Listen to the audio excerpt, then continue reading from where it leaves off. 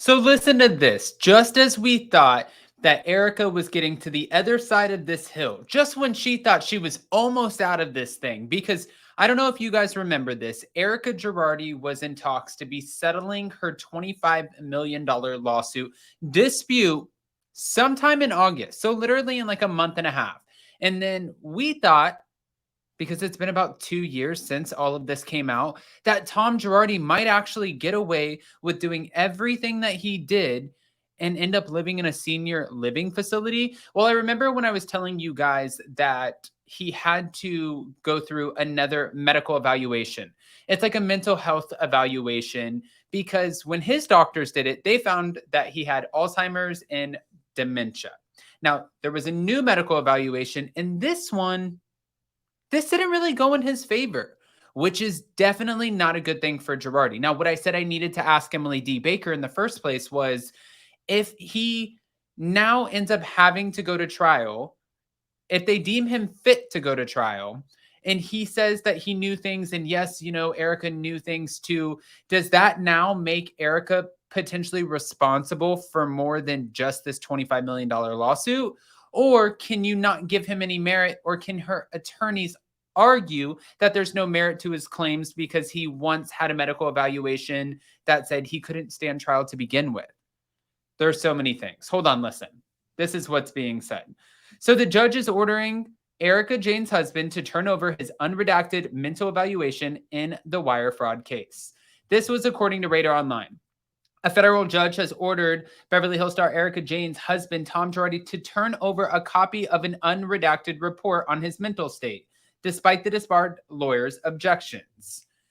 If you guys remember, we talked about this before. One of the objections was something to do with alcohol. He did not want this information out. Either him, his brother, who is his conservator, or his attorney, someone on his side did not want certain things that were in this medical evaluation out. That is why they were trying to keep them out of the hands, the records, out of the hands of the prosecutors to begin with. But the judge is like, no, Mr. Girardi, we're not playing like that in my court. Okay. According to the court documents obtained by RadarOnline.com, the judge has now ordered Girardi and his legal team to hand over a copy for review. As Radar first reported, Girardi's lawyer demanded a mental evaluation be done on their client to determine if he was even competent to stand trial in this criminal case.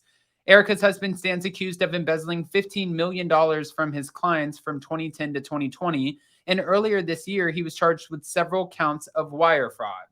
Since then, he's been living in a senior assisted living facility since about 2021, and this was after it was claimed that he had dementia, which I'm still, to this moment right now, I'm still questioning. And I'm not a medical. First of all, this is the thing, is if you go on Twitter and you see how people just rip each other's heads off and they're like, this is BS. All of a sudden the house was burglarized. You don't remember anything. You were just practicing law and giving speeches right before all of this came to a head, right before the LA Times article. So people are going to be like that on one side, and on the other side they're going to be like, oh no, well, you don't want to say that he doesn't have something wrong with him because you don't actually know, and what if he does? Let's show a little compassion, even though he didn't, for the Girardi victims.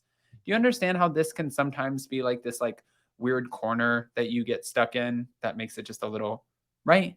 But this is why I'm going to leave it up to you guys. Here we go. Around the same time, Erica filed for divorce from her husband as his legal problems started to mount, and him and his law firm were forced into bankruptcy by the creditors. As part of his criminal case, the government hired an expert neuropsychologist, Dr. Diana Goldstein, to perform a mental evaluation on Girardi. The medical professional determined Girardi was competent to stand trial. However, Tom has refused to allow the government to view the unredacted report, claiming there is no valid reason to view certain information, including a portion about his alcohol use. He said it was result in the prosecution team being tainted. So he's saying it'll result in them being tainted. If there's something to do, because are they going to claim that he has an alcohol abuse issue and it's not actually a mental health issue? Is that why he's saying that it could taint the prosecutors? Because why else would him and alcohol use, how would that taint the prosecutors when they're wanting to know where the hell all of this money that you allegedly embezzled is? Right? Or am I missing something? I could be. Prosecutors said, we'll get to that. Importantly, the court needs access to the full set of information regarding the evaluations that have been conducted in order to reach an informed decision regarding defendant's competency. Prosecutors said the redacted portions seem to primarily involve defendant's responses to questions about the charges in the instant matter, which go to the crux of the proceedings. At a recent hearing, the judge ruled in favor of the government. He did not order the report to be turned over to prosecutors, but said it should be turned over to the court for review. The judge will then decide if prosecutors will be allowed to view it. I can already tell you that they're going to be allowed to view it. I don't think that before I didn't think that he would have to go to trial. Now, especially if you see Ronald Richards is back on this again too. I'm going to go ahead and share the screen. But he even posted preliminary findings by government experts show Tom Girardi is fit or competent for trial. This will, of course, be disputed by Girardi's counsel expert.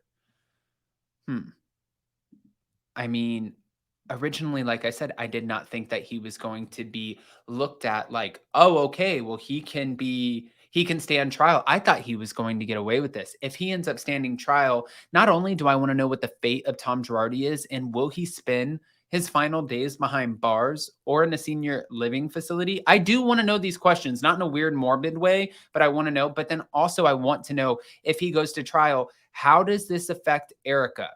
What does this mean for Erica? Because last time we checked, and I don't know if you guys have seen this lately, but last time we checked, Erica's been training and getting ready for her Vegas residency.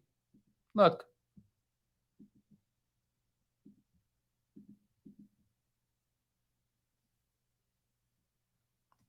Oh, it's like, no, we're not playing for you.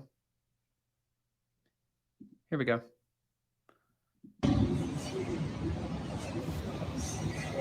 Yep, she's getting ready.